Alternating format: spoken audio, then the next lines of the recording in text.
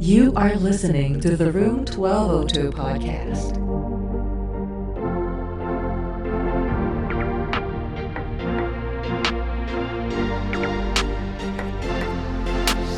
Hey guys, welcome back to the podcast. Well, first of all, thank you so much for your support so far. I've really been grateful for all of you who have been listening and just spending your time here with me in the Room 1202.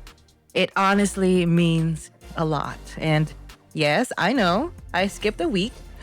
I was on vacation last weekend, so thank you for being patient with me, but we're back this week. And honestly, something happened during that trip that I knew I had to share with you guys. Because you know what's funny?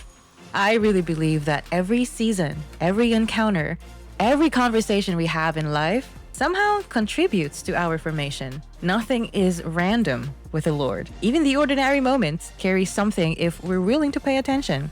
And I think sometimes we expect growth to happen only in the big moments, big breakthroughs and big opportunities, big revelations. But honestly, some of the deepest lessons come from the most unexpected conversations. And that's exactly what happened to me, guys. So wherever you are right now, whether you're resting, driving, cleaning your room, sipping your coffee, or just trying to breathe for a second after a long day, I want you to settle in, and I just want to say that I'm really glad you're here. And I hope this conversation meets you where you are. So let's get right into it. Okay, guys. So during my vacation, I ended up sitting beside this elderly woman on the bus ride home. She was around, I think, 70 years old. And guys, I did not expect that conversation to impact me the way it did. And when you travel, sometimes you just let things happen naturally. I don't know if you guys can relate, but that kind of where I was at. I wasn't trying to force anything. I was just letting the trip unfold the way it would. And honestly, I think part of trusting the Lord is also trusting that He can move through ordinary moments and unexpected people. Like, we really never know, right? Who we're about to meet next. And we never know what conversation God might use to teach us something. And I think part of formation is learning how to stay open to that. So that's very important. Anyway, she was very warm, very sociable, very easy to talk to. And eventually she started telling me about her life. She worked in the United States for more than, I think, 20 years, traveled to different places, experienced all kinds of situations. And now she's retired. And she was talking, and I could really feel the wisdom in the way she carried herself. Not in an arrogant way, actually. It was very gentle, very grounded, very content.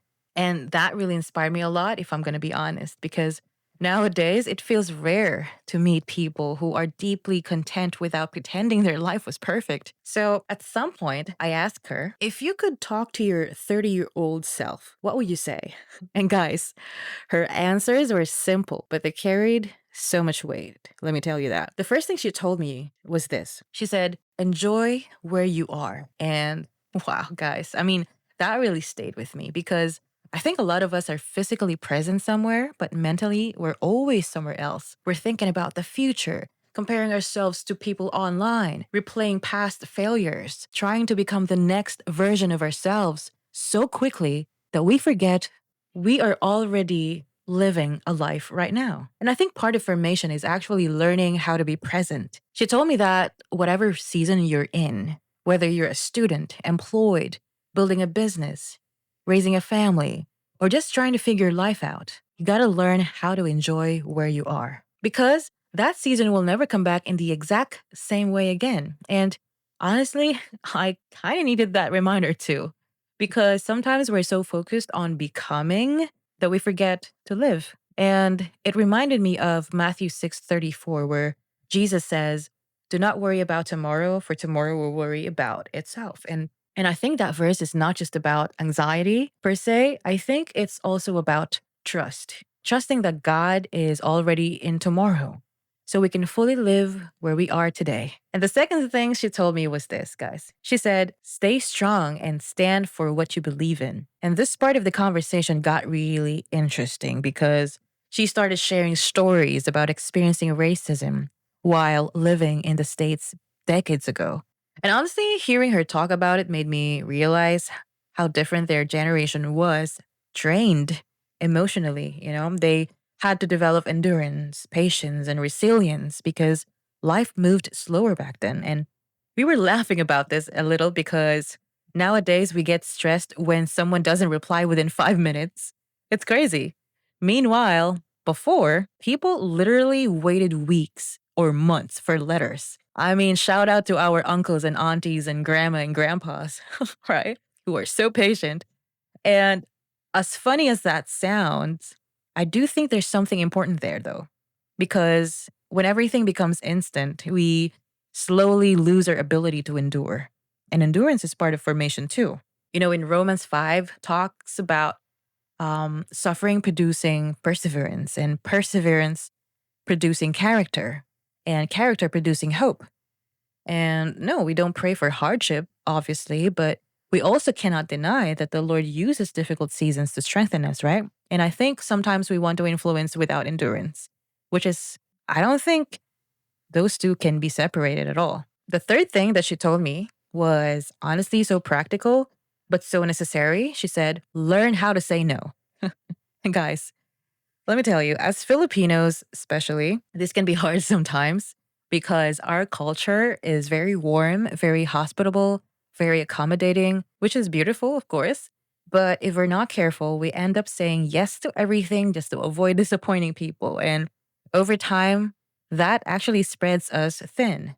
So she told me that during her years working abroad, she had to learn how to be honest about her limitations. Not in a negative way, or lacking faith, but just being honest about her capacity. And honestly, I think wisdom is knowing the difference between being willing and being wise. Because yes, having a can do attitude matters, but discernment matters too. And I think part of maturity is learning that not every opportunity is automatically your assignment. That is a very important note to actually keep in mind, guys. That is the third thing that she told me. And the fourth thing she told me was this: pray all the time and trust God with your life. Well, I'm just going to be honest, guys. The way she said it actually felt so sincere, not very dramatic, not overly spiritual, and deeply anchored. It was simply just like, you got to keep praying. She had lived enough life to know that no amount of control can replace dependence on God. And I think that's what made her so peaceful. And when I left that conversation and, I left the bus and just sat there in because I had to ride another car after the bus. It's a long travel, guys. So I just had to sit there thinking, wow, I realized that formation really happens in ordinary moments because I could have stayed quiet in that whole bus ride. That, the introverted side of me honestly almost did actually. But instead, I chose to stay present in the conversation. And because of that, I walked away carrying wisdom I probably needed for this season of my life.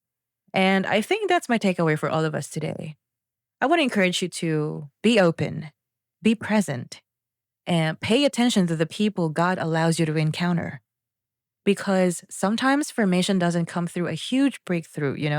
Sometimes it comes through a random bus ride conversation with someone who has already lived through the things you're still learning. And honestly, I think that's beautiful. So before we close this conversation, I just want to leave you with this. Sometimes the moments that shape us most are the ones we almost overlook. So I want to encourage you that this coming week, just slow down, pay attention, and stay teachable.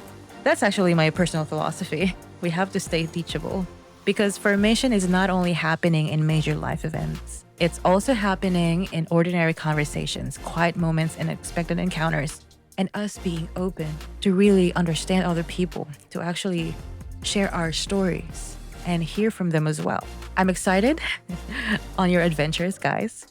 If you're about to embark on a new adventure, wherever you guys are going, or if it's just an ordinary walk, I pray that you discern all the people that God is going to allow to cross your path. If this episode resonated with you, you can share it with someone who might need this as well. And if you'd like to continue with these conversations with me, guys, or if you are new here, You can subscribe to my YouTube channel and follow our social media channels as well, and also on Spotify. And I'd really love to hear what stayed with you. So please reach out to me or comment your experiences if there's something similar happened to you as well. But for the meantime, this is where we end. And I'll see you in the next episode. This is Room 1202 Podcast.